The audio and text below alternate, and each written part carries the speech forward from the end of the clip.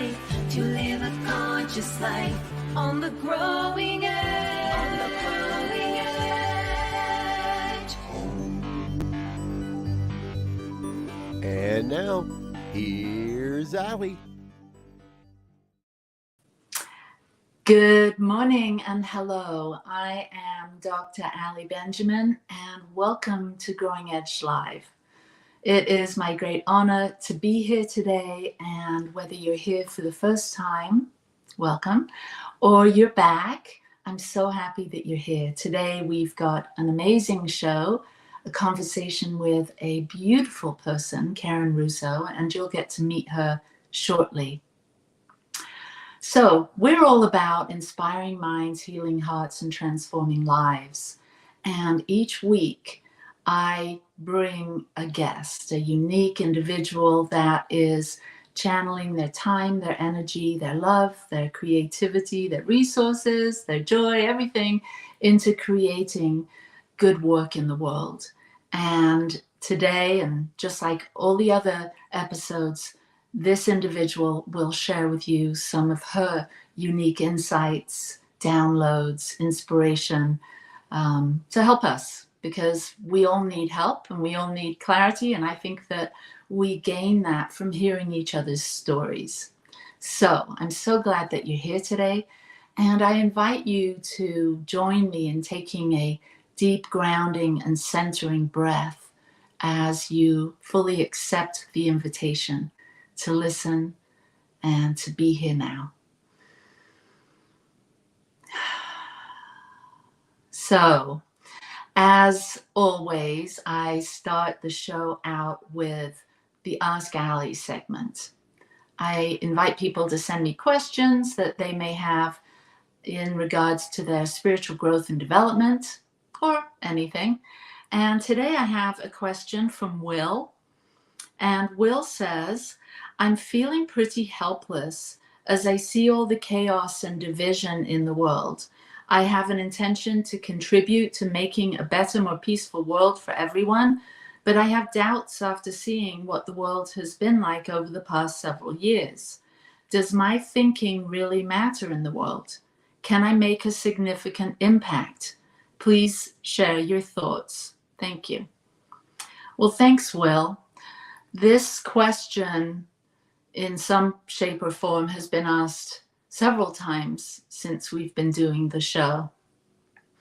And I think all of us are feeling some degree of confusion or helplessness about what we can do in our little corner of the playground or our corner of the world, in our life, in our everyday life. What can we do to make an impact, to make a difference? And what I know is that this time, probably like many times in the past, have been a call to rise up, a call to awaken to our true self. And those of us in New Thought and those of us that are on a personal journey of growth and development are being asked to wake up to who we truly are, because we live in an amazing world. It's more than what we see out here. It's more than just our little personal body and our lives and relationships. There's a lot going on. And there's even more. There's an invisible aspect to what's going on. There's an invisible aspect to who we are. It's this ineffable spiritual dimension. And so we're being asked or called to wake up to this greater sense of self, this true I am presence. Because I believe that once we occupy our true identity as a spiritual being, then we're going to affect everyone around us, and somehow subtly, energetically, we will invite others to awaken, to step up. I like to think of a circle, kind of a teaching symbol here, a circle with a line through the middle, and there's a below the line and above the line. And I believe as we do some self-discovery work, depth work, as we begin to meditate and research and study spiritual texts and self-help and self-empowerment material, we begin to see the importance of being above the line, meaning being on the positive side of things, giving attention to those more fearful sides and thoughts of our experience, but really rising up and being in that place of creativity, of potentiality. And so you ask, do I make a difference? And the answer is yes. We all affect everything else, just like what's going on in the Middle East and what's going on in other parts of the world, the Ukraine. There's many areas of the world that are experiencing great turmoil, and right here in America. But as we wake up, as we start to see what's really going on, as a cry for help, a call for more peace and unity in our thinking, we begin to see the importance that just as those things are going on in the world and affect us right where we are, we, right where we are, can add and aid to the peace and the love and the creativity that's going on there. And so, yeah, it may feel like in our little room or our house or our life that we can't possibly make a big impact, but we do. And it starts with each and every one of us. Just like Gandhi said, we be the change we wish to see in the world. It's subtle, but it's deep, and it affects consciousness. And as enough of us start to wake up to realize there's only one thing happening here, it's this thing called life. It's this thing called spirit. And as we start to identify or occupy that place of being an awakened spiritual being connected to every other sentient being on the planet, we begin to feel a natural tendency or urge to express in our most authentic power. And so we stay above the line because we know that we are a causative point in the world, meaning what's happening in here. Are we feeling love? Are we feeling compassion? Are we feeling creative? Are we feeling hopeful? And when we stay in that above the line place, that we affect people in our lives, and they affect the people in their lives, and so on and so on and so on. And so I remember this one friend of mine when I was new into science of mind said to me, not one of us have the luxury of a single negative thought. And I used to think at the time, I didn't really get the power of that. But just remembering that we get to choose the quality of our thinking. We get to choose where we focus our energy and attention. And claiming that power, claiming our ability to choose, and making sure that we're thinking empowering thoughts, that we're encouraging those around us to focus on what good there is in the world. There's probably more peace in the world than there is war. I know that. There's probably more hope than there is whatever's the opposite of hope. There's more love than anything else, because really that's all there is. And as we remove the barriers to love's presence, meaning as we remove the doubt, as we remove the fear, as we remove the uncertainty, and we step into that place of I know who I am in truth, as a spiritual being having a human experience. And I know that right where I am, right where you are, Will, and right where all of us are, we have tremendous power. We have tremendous ability to clarify our purpose. And we have the opportunity to assume a poised position, meaning a powerful, relaxed, calm, and easy manner, knowing that there's something within us that knows the truth. There's something within us that knows what to do next. And so, Will, I encourage you to spend a little extra time, a few minutes a day, tuning into that part of you that knows, that witnessing presence that knows. Elizabeth Gilbert, the great author, she always starts her morning out with journaling, and she says, love, what do I need to know today? And so I invite you to do that every morning. Tune into that higher self, that part of you that knows, the God self, the universe, whatever you call it, and say, what do I need to know today? And then listen. And when you can become still enough and quiet enough, you'll hear that still small voice that gives you really good insight, really good ideas on how you can be and what you can do to bring more peace into your mind, into your heart, into your body, and hence into the rest of the world.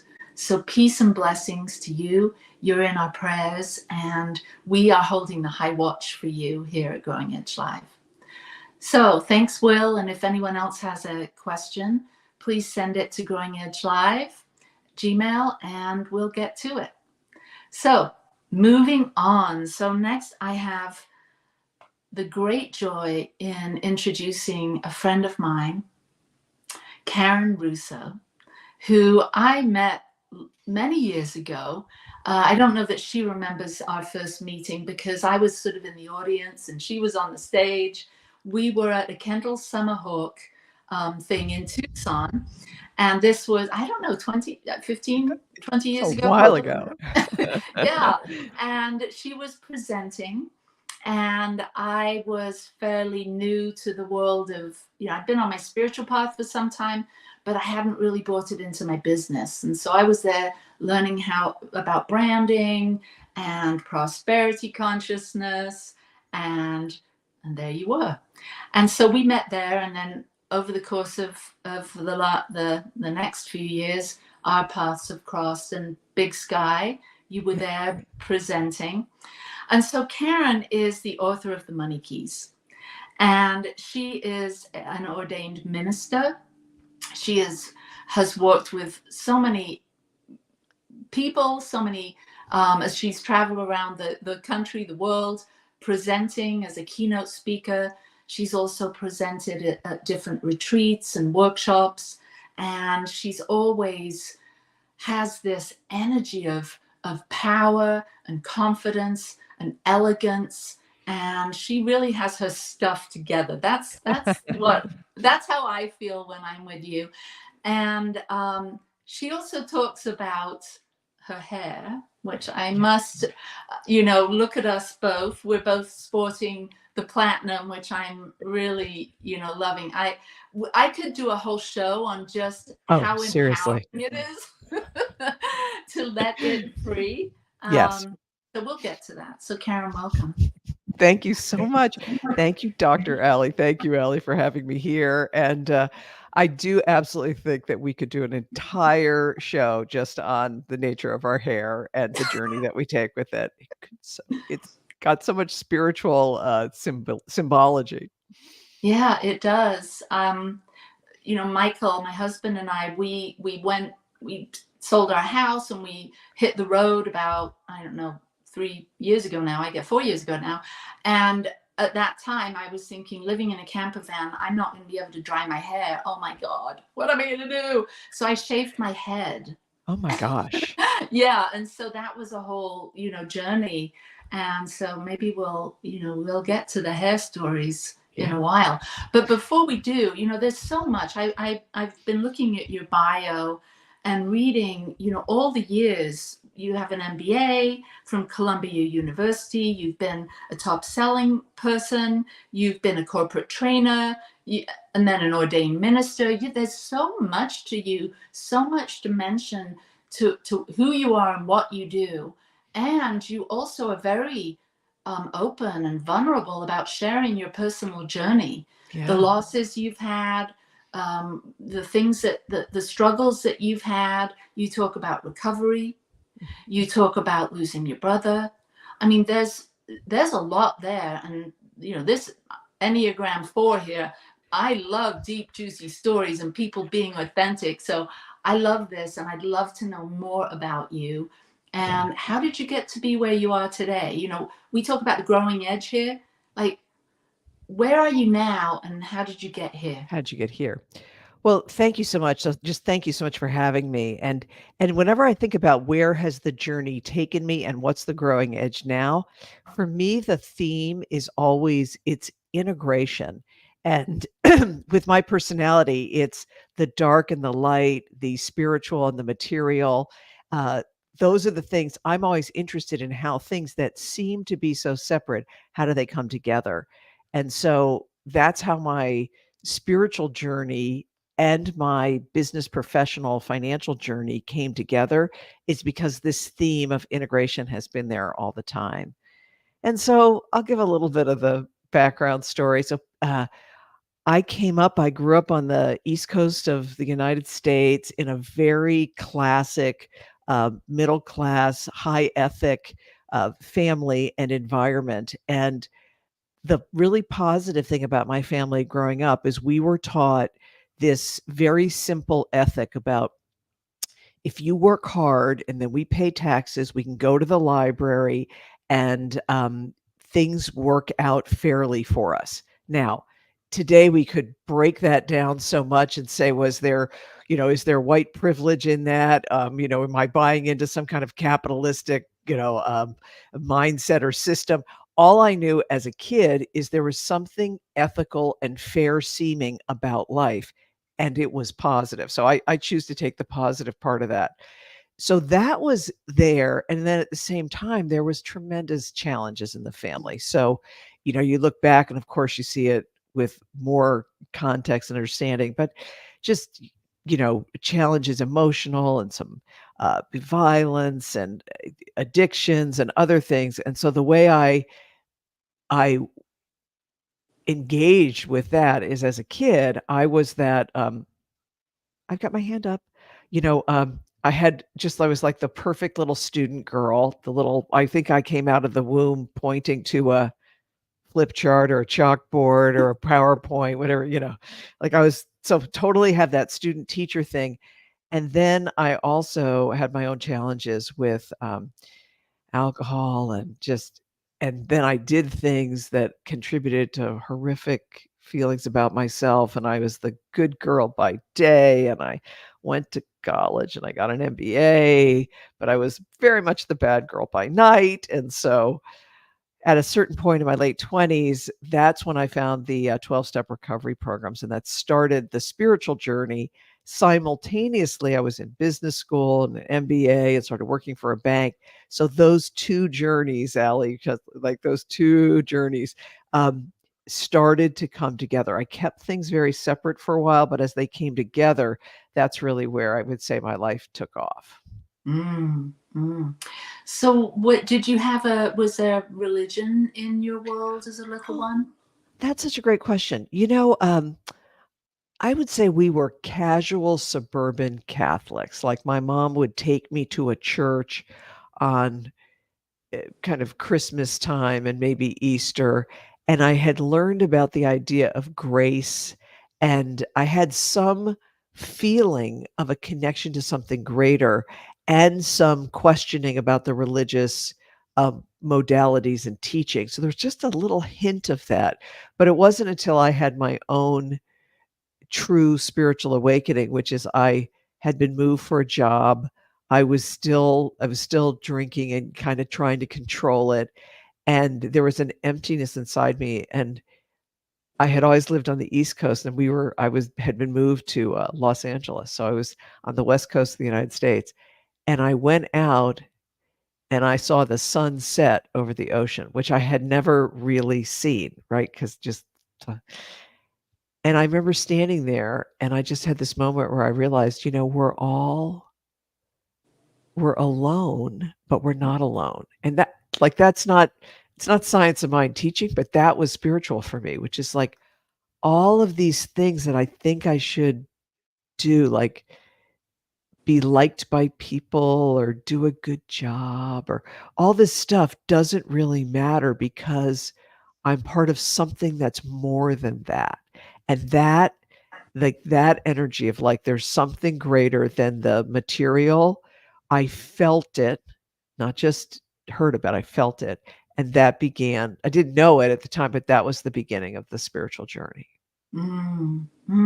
So at this point, you had already been in the 12 steps. You'd already sort of, I'm imagining, developed a relationship with a higher power, because, Mhm. you know, that's what I think, that's the lingo, right? And so coming from a casual Catholic, you know, ideal of God to this new sense of higher power, and then having this sunset experience, which, yeah, you saw the sun rises on the East Yeah, Coast, right? exactly, But exactly.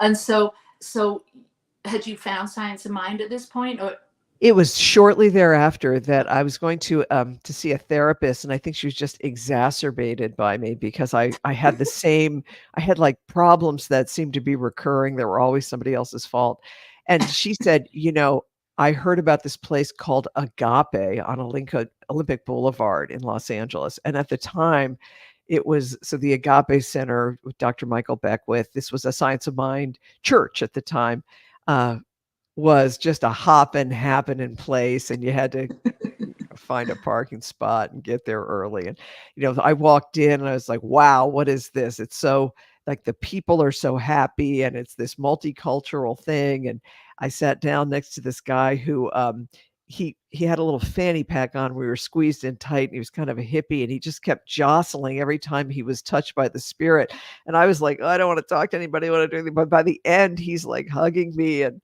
I just anyway, I never left. So then I started coming 5 times a week to and took all the classes and became a licensed practitioner, which is a spiritual counselor, and then eventually went into the school of ministry. Anything that I felt a sense of the presence of a God of my own understanding, which is this full oneness.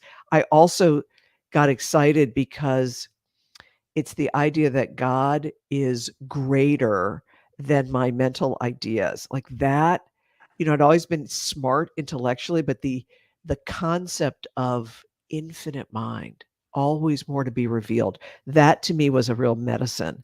And so I just jumped in, and the way I jump into things is I learn about it, and then I want to teach it, and then I want to do it and apply it. So that was my path. okay, so oh my gosh, this is such a great conversation.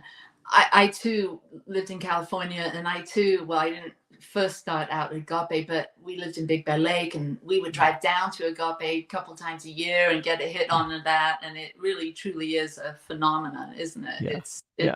it is an amazing thing. Um, so yeah, I'm whew, lost in a memory, lost in a feeling.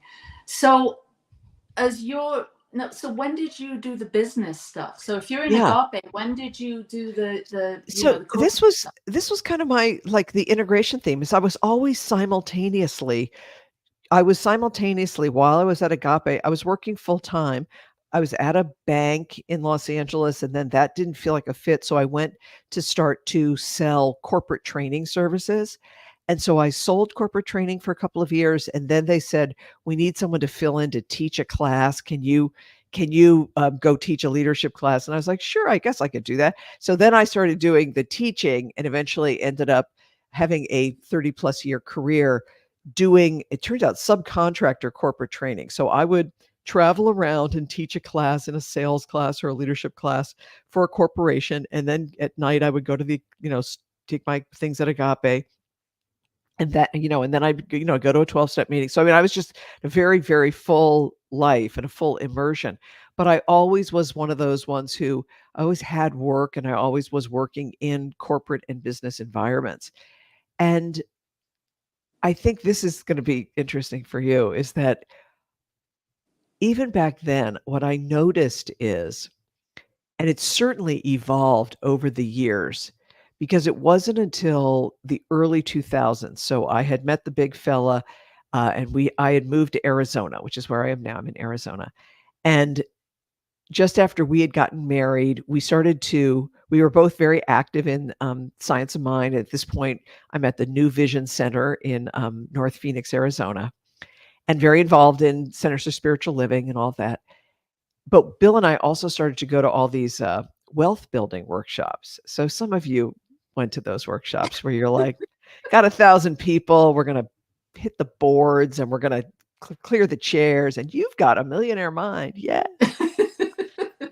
So we did a ton of that stuff too. And what I started to, it came clear to me that in the spiritual environment, so at the spiritual centers, I would connect with so many people who had such an aspirational thirst and commitment for the consciousness of abundance, for the oneness with the sufficiency, and an understanding of affirmative prayer and how to engage in spiritual practices, but like couldn't pay their rent, always had problems with money, blamed other people for it, like, thought the money system was polluted, couldn't get out of debt, didn't know what to charge, couldn't do more than a love offering. I'm just being a little bit real, like just really struggled with money.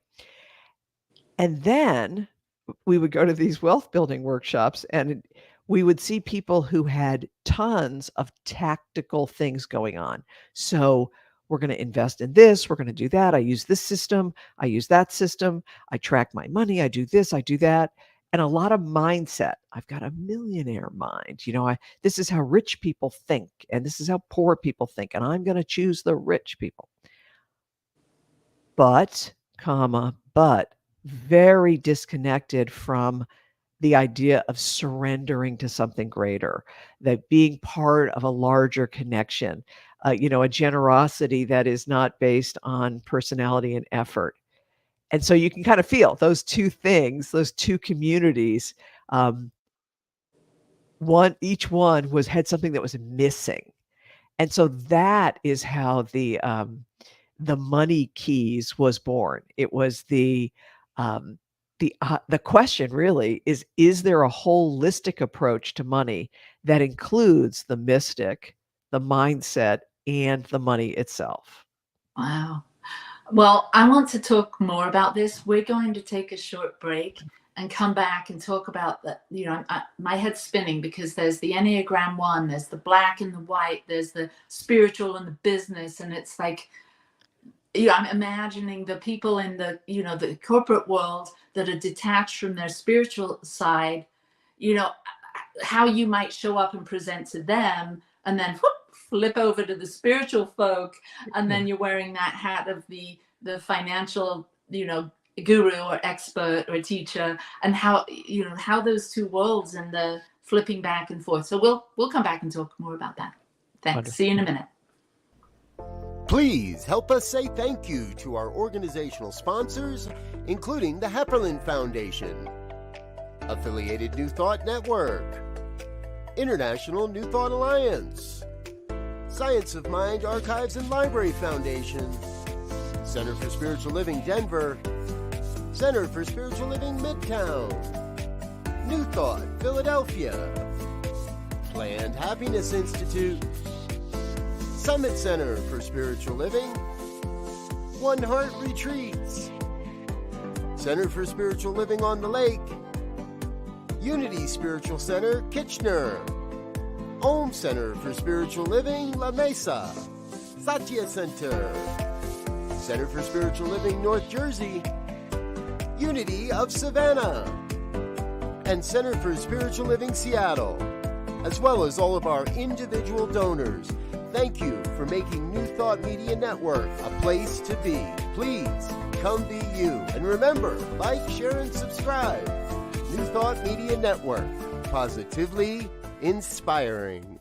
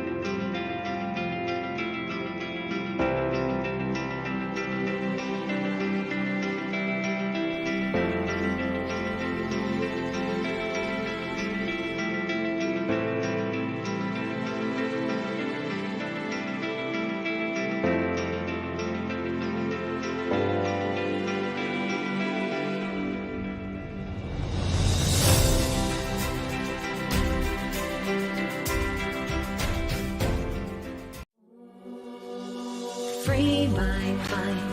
Open my heart with the whispers of truth. To live a conscious life, to live a conscious life. On the growing edge. On the growing edge.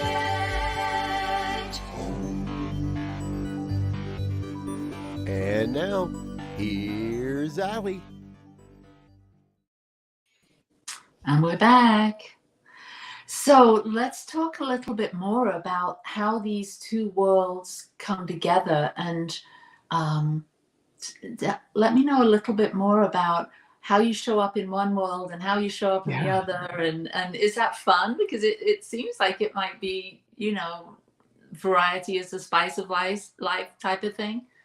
Yeah, it's a really interesting philosophic and practical path to be in a variety of environments with different emphasis, and to be both authentic, but also to be read the room, the kids would say, appropriate to what's going on. And I will say that 30 years ago, 20 years ago, when all of this started, there was a lot more conversation. Like, there'd be people who say, I want to take these spiritual principles and I want to smuggle them in to corporate America, because it's so soulless and empty and whatever. And I remember at the time I heard someone say that. They didn't say exactly that, but I heard that idea. And I remember thinking, if we're practicing the oneness, then even in the corporate America thing where someone's interested in profit and efficiencies, the infinite presence of God is there. Like, what are we starting with the premise that it's not there and we have to lug it in? If so, that's not a great come from. It's kind of similar to, I worked with a beautiful spiritual leader around her consciousness and experience of money. And she was the one who said, you know what I realize is I've had this idea that the money system is polluted. And so I have to keep my pristine energy separate from it so I don't get besmirched. And it was so good to realize, if you have that belief, then naturally she had years of unreconciled tax things. She was never quite collecting fully the 9 weeks of payments for her classes. There's just like, she didn't have a robust experience of money because she was pushing it away, in order to not get the pollution. So just for her, it was, wait a second, I'm going to see and bring and realize that the infinite, the pristine, the clean, the light, it's in everything. So I'm going to pull it out of my experience with money rather than push the money away. Mm-hmm. So very similar. You can kind of hear that. It's like, that's part of the dynamic, is not to feel that I'm going to sully the church if I talk about money, or I'm going to have to, help the heathens in the corporate area because they're so soulless. Yeah. Yeah, us and them. There's this separation. And I'm getting the sense these days that the younger generations, they don't have this such black and white thinking, or it's categorizing everything or compartmentalizing things. It's more, everything's blended, and they seem to be more integrated. You use that word. Yeah, and integrated even connotes that there's two things you have to put together. I think blended's a great energy for it. That's how our lives are now. So I would say, if anyone, particularly if there are folks if you have a spiritual message, completely expect that it's going to be well received, and there's an application for it in any environment. So both Allie and I know the beautiful Reverend Cynthia James. She's doing leadership classes with various governmental groups. It's not a secret thing, because she's going in and talking about emotional intelligence and leadership principles that are relevant if you are in an institution and you're leading people. So today's world has so much more. So just think about it. We can, on our devices, we can pick up our work email anywhere and work on it. When we're at work, we can take a break to go to to take a prayer, to do a mental health break. The employee assistance group is going to be talking to us about everything from hydration to, to positive thinking. I just did some corporate work at an organization that rhymes with Shamazon. Everyone will, oh. It's not a secret that they're doing leadership and communication and empowerment work because their number one asset is their people, and helping people to take care of themselves and to be able to be good leaders and take care of others is essential for their business. So this is just like, I want everyone to kind of go like, oh, like even with, Will's question earlier, like the thoughts that I have and the activities that I do are relevant to every aspect of life. So these days, I am very, and even with, with being in after the pandemic and people working from home and doing things on Zoom, and what's the future of what does church look like and what does classes look like and how can we do it hybrid, is that it does seem to me that life is it's more blended, that the clothes that we wear and how we show up and who we are is very much authentically the same. We may use different language and have different applications in different places, and yet the world and work and every environment is calling for us to be the best of ourselves. Yeah.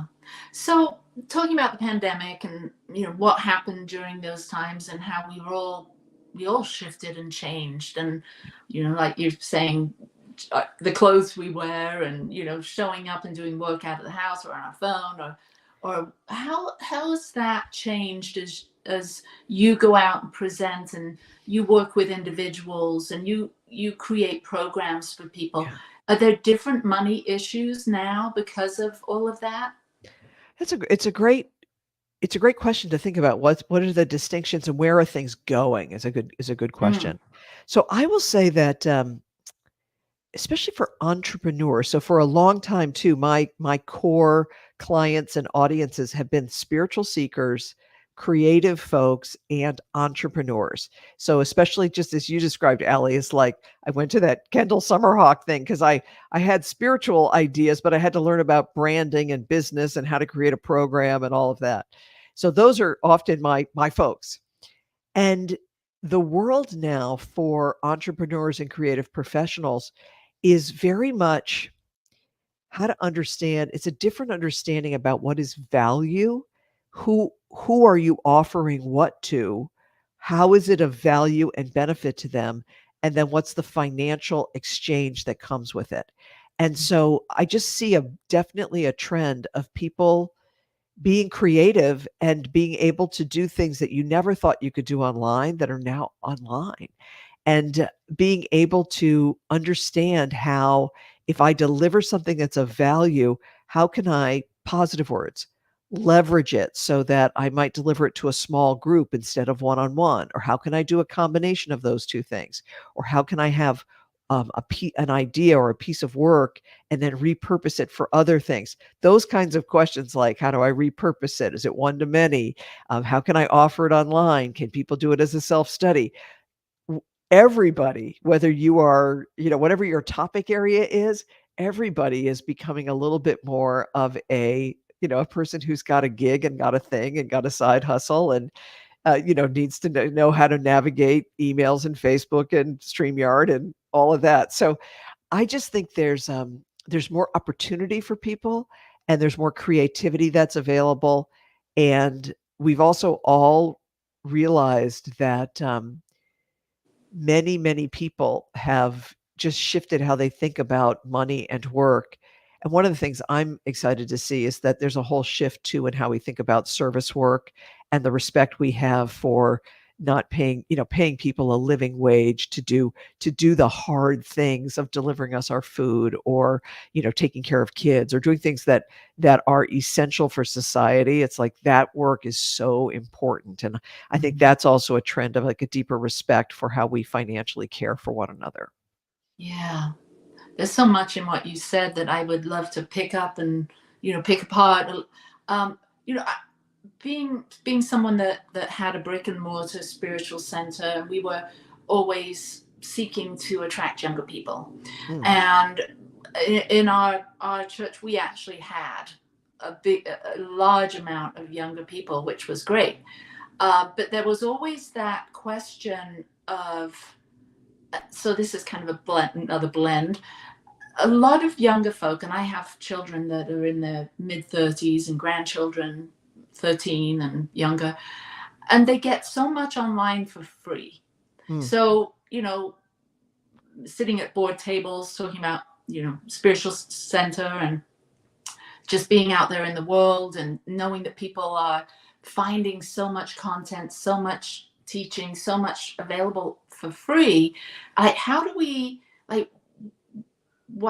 reach the younger generation? You and I are probably 60-ish.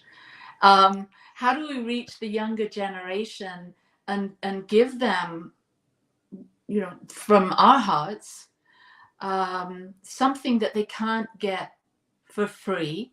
Yeah. And how are people of younger generations willing to pay? And I'm just talking very generally, from offering basket to taking a seminar to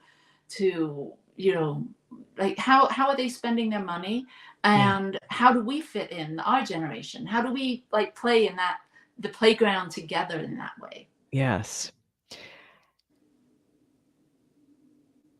The question of what can we offer that is different than what you can simply get online for free, that you can just see on Instagram or TikTok or YouTube, just like the things you can you can access. I think the thing that can be offered is application and community. So it's one thing to learn a principle or to see a great talk by a Brene Brown, or to watch a TED talk or get a piece of information or see affirmations. But application is, what does this really mean? What does it really mean to me? And then the so what of it. So what am I going to be or do or change about my own life? And that process still takes place. There's still a value for that process taking place in community or with guidance. And so that's what I think. It's a little counterintuitive that we give away so much free information, but there has to be a time where you say, it's wonderful to get the information, and here it is, information, but in order for you to apply it, you need to take steps and action in your own life. And I think it's that understanding. It's like the value of application. So that would be in our marketing. I think it needs to be more testimonies, more examples like that sells, rather than, and I think in not-for-profits and spiritual centers, we all know that people don't give to need, they give to vision and mission and results. So rather than saying like our church needs air conditioners, it's an Arizona thing. We would say, heaters here in Utah, we've got snow. Exactly. We need, So it's not so much that, but it's our community was able to help this couple get out of they were expected by homelessness. And because we offered them support and guidance, and they became confident and understood differently who they are, they've been able to move their first step into shelter and work like that. Like, I want to contribute to an organization that cares about that. So there's something about the results and the testimonies and the stories that I think is the way to market and to show value. And I do think young people are spending money. Like, there's a lot of personal growth and spiritual teacher and gurus and others that are offering programs that are expensive. I don't know what that means, but are in the hundreds and thousands of dollars that people attend and want to do. So I think there's value to be given and money to be received. Yeah. We live in a complicated world, don't we? I see my granddaughter and her friends, and they're so connected to their screens, their devices, and there's less of a sense of a community. I guess there is in sports and activities, extracurricular activities, and I'm just wondering how it will look in the future as we of our generation, and a little younger and a little older, we hold that the importance of gathering, of Yeah. being together, and I think that is a gift that we can share somehow with the younger generation. That I think of my nephew during COVID. The three of them, my two nephews and niece, they didn't go to school Yeah. for a whole year, or even longer. They didn't get together. They were locked in their rooms with their playing their video games or what have you, and they missed out on being together and being connected. And so I'm just going with that, but I'm just wondering what Yeah. it's going to look like in the future, and what's ours to bring to the younger generations in terms of the wisdom that we carry with in the business worlds, in the spiritual worlds. So Yeah. I'm going to switch gears a second. So you work with people one-on-one. You offer classes and courses and such. And what do you see that's the biggest issue? And maybe you could share a personal thing too. Was there something that you learned, and once you learned that thing, like it was like opening a door into a new reality? Is there something that we need to know? What's that foundational one or two things that makes all the difference for Yeah. us as far as financial liberation goes? Yes. Well, I would say my lesson and the great lesson for so many of the people, it looks very different for different people, but it's this core lesson. Money worries are more of a faith issue than a financial one. Wow. So it can so much seem like if I have a challenge around money, if I just had more money, then the challenge would go away.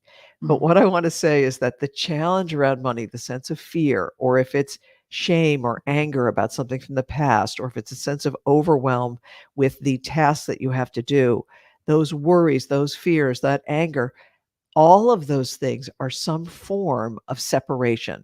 It's separation from spiritual truth, from abundance, from sufficiency, from freedom, from peace, from circulation. And so that I think, so for me right now, the lesson that I'm learning, so I did have, I think Allie doesn't know this, but in addition to, I lost my brother 7 years ago, lost my father, my mother passed just 3 weeks ago. I know, just I Oh, know. And it was, it was her time to go, and it was sudden in how it happened. And so now I am I'm leading the family estate. And so it's a whole different thing. And I could feel the fear rising up, like, oh God, these accounts are going to be in different names, and how am I going to track this, and what's going to happen, and will it?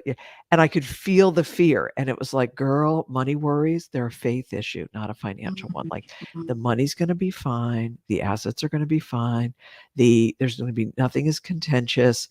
And then I had to really, really remember that, like, the infinite mind of God knows every detail. And the affirmation I've been working with is the grace of God is the great reality of my life. All actions, decisions, details are saturated with divine intelligence and a consciousness of abundance. Every day there's less fear and there's more progress. Like, that's been my affirmation. And so just beautiful. yeah. And so for everyone, like, what am I, what does a person in my position do?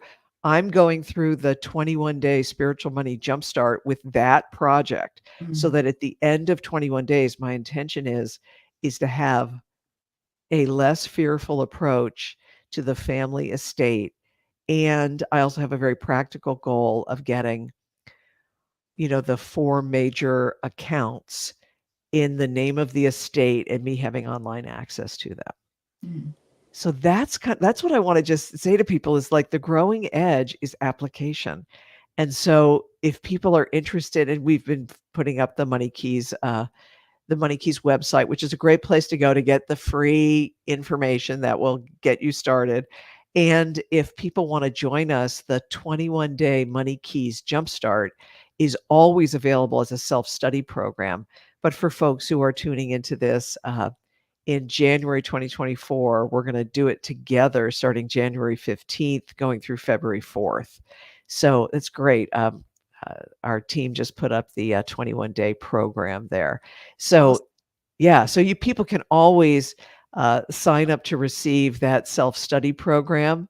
But if you sign up now and you want to join us starting in just about a week, we're all going to do the lessons on our own. And then, Allie, we're going to do our connection through a WhatsApp channel.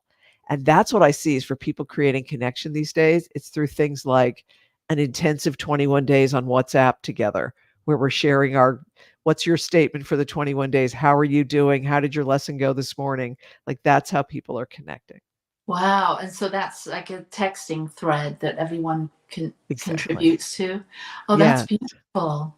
Yeah. So so tell us a little bit more of some of the results that people get from doing this 21-day challenge or program. Yes. So the results are usually in one of a couple of buckets. One is people have like big spiritual breakthrough. So all of a sudden the sense of shame about a past financial decision truly drops away, and they feel, instead of stuck all the time, they feel empowered to take action. So like you could and that's a worthy goal. What if in 21 days I released all the shame about how I handled my divorce? Like, wouldn't that be great? The other thing that happens is sometimes people have a very practical experience of raising their rates by at least 15 to 20%, because I guarantee you, whoever you are, you could raise your rates by 15 to 20%. Like raising your rates and getting your first client at your higher rate, and just being able to say to people, I'm up leveling the professionalism in my business and I'm offering additional services. So my rates are now, boom, fill in the blank. So like getting your first client at the new rate, that's often a big breakthrough for folks. And then sometimes people will be like me. You have a financial project, a legal or a cleanup project or a reconciliation or a tax thing. And you're like, in 21 days, I am going to stop procrastinating. Boom. And I'm going to make progress. Wow, it's so liberating to be able to achieve these goals, because money is it's so woven into our lives. I mean, it really is. And to have issues, to have not enough, or money leaks, or whatever it is that you're contending with, it's such a to have a program, to have a group, to have that kind of accountability to achieve particular personal goals is powerful. Yeah. So that starts on the 15th. Yes. Okay. Yeah. Well, good. All right. So all of you that have those excuses or have an issue or two that might want support, Karen's your person for Yes, this. indeed. Yes. So I'd like to know, and I always ask my guests, there's that song, What the World Needs Now is Love, Sweet Love. And, we all, especially those of our generation, we remember that song, and it's sort of a little bit of an anthem song. And, here at the Growing Edge, what does the world need from your particular vantage point, right where you are, knowing what you know, having experienced all that you've experienced, particularly with the loss of your mother? My goodness, Yeah. that's such a Yeah. huge thing and such a milestone, a threshold, stepping into a new chapter. Yeah. What does the world need now in these days?